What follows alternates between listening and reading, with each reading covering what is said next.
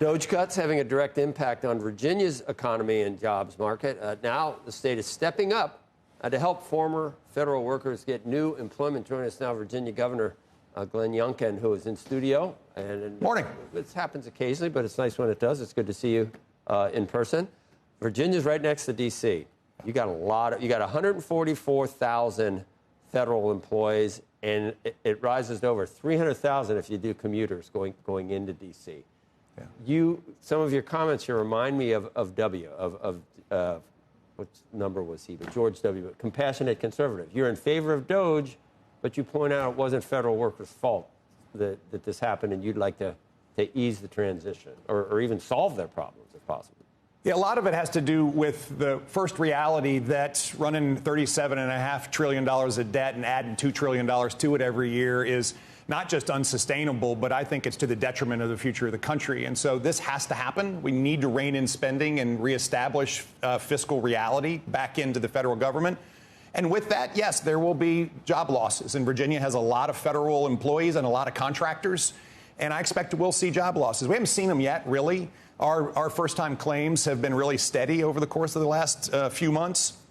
But I do expect we will see job losses. We are insulated a bit because the disproportionate amount of jobs in Virginia are defense and national security and intelligence jobs. But with that said, I expect we'll see job losses. Now, my dad lost his job twice when I was growing up, Joe. And this is wildly disruptive and terrible for families. And so what I'm trying to do is help find a path for folks when they lose their job.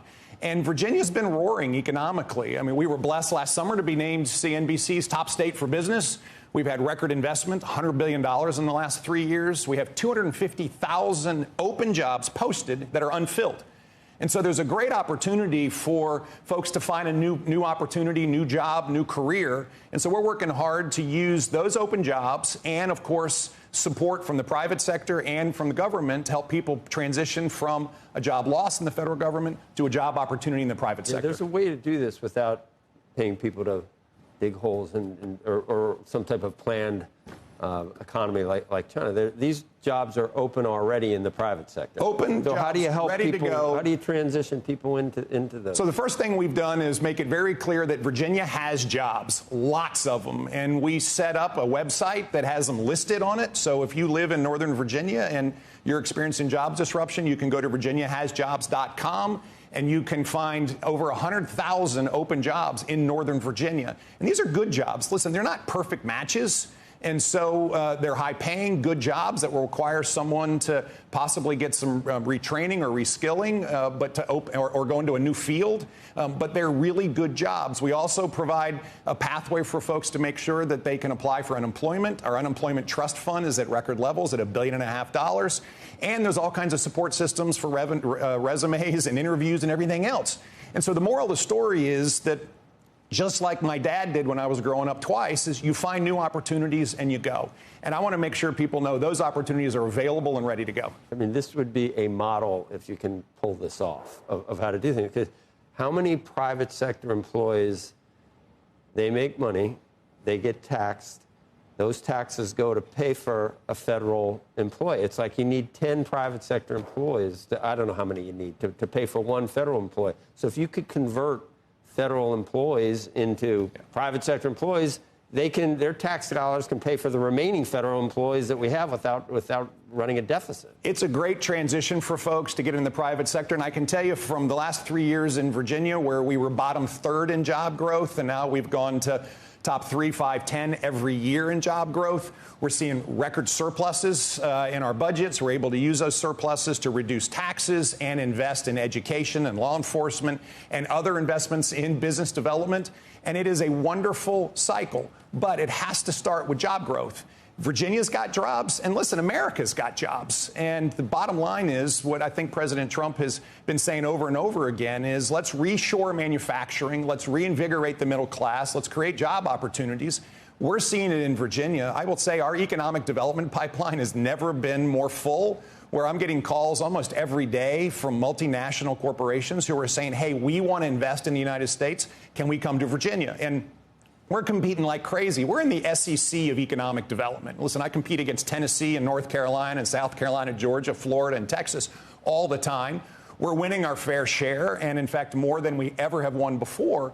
But this is about creating jobs and opportunity, and particularly in the middle class, where we're seeing the most job growth in Virginia. It's exciting. It's an exciting opportunity. And from a position of strength, with record surpluses, record reserves, and record job growth, we can take on the dislocation and provide this pathway for folks. What kind of impact are you hearing from businesses about the tariffs, either on their businesses in the U.S., where they have to import certain things either into your state, or you were saying people want to come to your state and manufacture, but how much of it is, I mean, at least what we keep hearing is a sort of state of paralysis from a lot of the big multinationals about what to do next.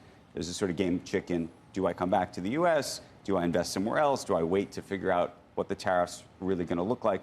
What is the message that you're hearing on the other end of the phone? So I'm not seeing paralysis. What we're seeing in our economic development activities is big moves. And that's from Fortune 50 and Fortune 100 companies. That's for businesses not in the United States that want to be in the United States. And so our economic development pipeline is as full as it's ever been. Why do you think yours, and your former Carlyle man, you talked to the banks, they would tell you the IPO pipeline dried up. The M&A pipeline slowed down. I mean, they will tell you, and this is why Jamie Dimon and others have suggested there could be a recession in the offing.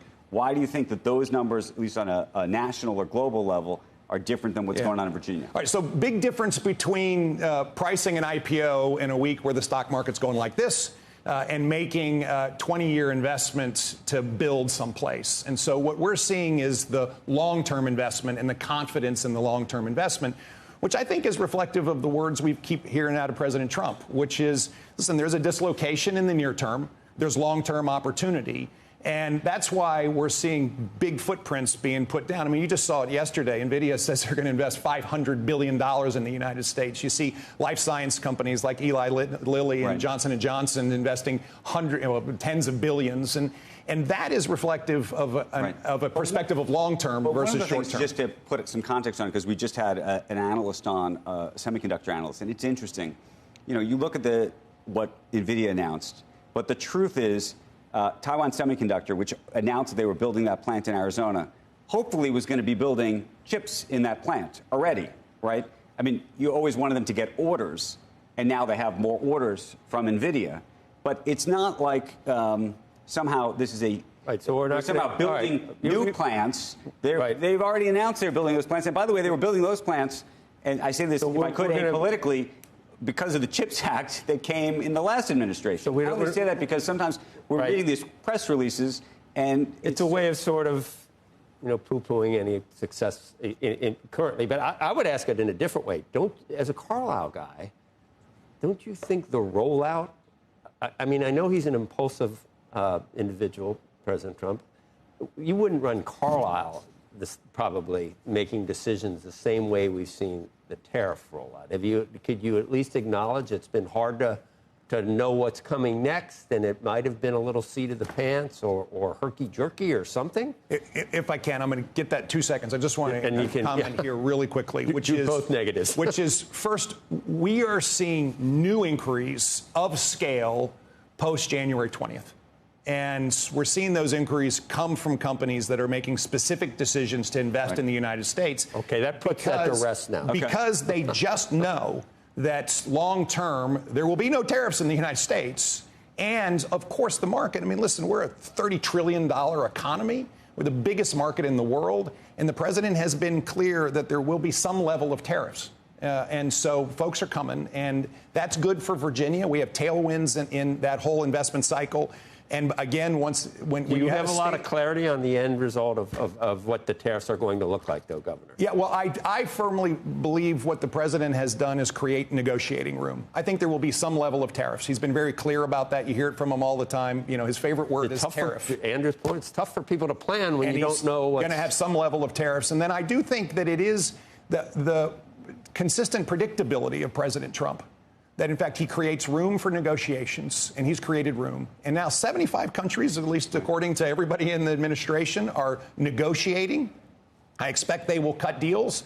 I don't know who they're going to cut it with first, but you can see it. You can see a deal with India over ag and India's trade barriers. You can see a deal with Japan. You can see a deal with South Korea. You can see a deal with Europe. And these kinds of trade deals are what Americans are expecting. That's what they voted for. And they're going to reset this trade relationship, which has had decades of imbalance. And, I have people, and we've got to reset. I have people telling me that that's not what they voted for. They voted for a border and they voted for, deregulation. They didn't vote for tariffs. I think they knew all along. He's been saying this for 40 years. He's been talking about tariffs. I mean, listen, his economic plan was clearly expressed. One, reset trade balances, and that's what he's doing. Two, to make sure that we're reshoring manufacturing and reestablishing the hollowed out middle class. Three, to reestablish fiscal responsibility in Washington. Four, to make sure that deregulation is in place so America is the best place to do business in the world. We go to the fiscal responsibility. And five, to establish energy dominance again. Let's hit the fiscal responsibility question, because we're going to have a budget that Mike Johnson's going to try to press through. There was a sort of ordering effect. I think some people thought, okay, try to figure out the tariffs to the extent that you can therefore then map out reoccurring revenue from tariffs, which then you'd be able to map onto this budget. So if you want to remove taxes on tips or things like that, you'd be able to offset some of these costs because you know about other revenue.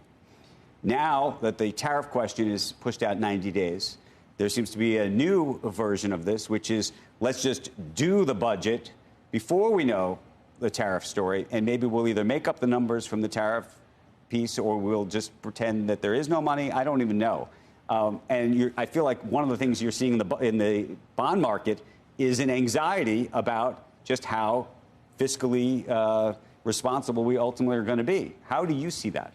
Well, let's just begin. The bond market seemed to be very comfortable with $2 trillion a year deficits. And so I think the bond market last week, in the last 10 days, was reacting to the wild swings in the stock market. And, that's just the reality. I think the bond market's going to calm down materially and will continue to be the backbone of American investments. And the 10-year has restabilized, and I do expect that the 10-year will come down a bit over time. I think Secretary Bessent has been very clear about his focus on bringing down the 10-year, and that will underpin housing investment and housing purchases. But you want to bring it down for the right reasons, not the wrong reasons. Well, I think that's what will happen. Right. Okay. Now, with regards to what's happening in Congress, listen, I'm a governor. Right. And what we do in Virginia is balance our budget every year. And we've been able to run surplus after surplus after surplus. And the key ingredients to that have been job growth.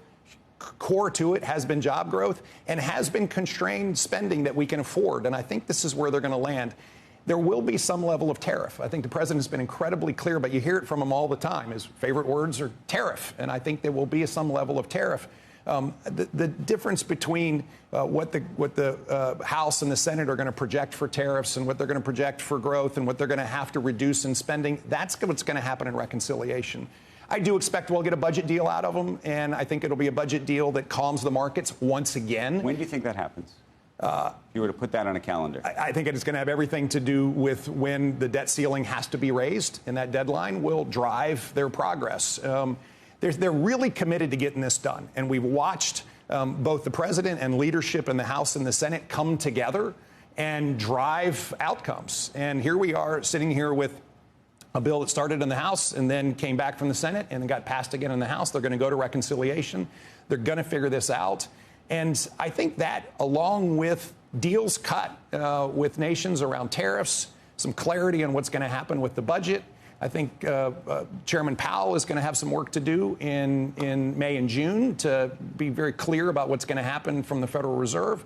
And you can really see a pathway here. Listen, this is a period, as the president has said over and over, of disruption and resetting what has been decades of unfair trade practices, running massive deficits at the federal government level, and needing to reset those. And once again, reshoring manufacturing and rebuilding a hollowed-out middle class. Virginia is for lovers or for workers? Are you changing that? Well, we are for job lovers is what we're for. Okay, Virginia is for job lovers. Is that still the slogan, Virginia's for lovers? Virginia's for lovers. It gives us great flexibility. We can be wine lovers. We can be job lovers. Good to be flexible. We can love lots of things. Right now, we're loving jobs. For workers. Workers love work. How's that? You love work. They do. Governor?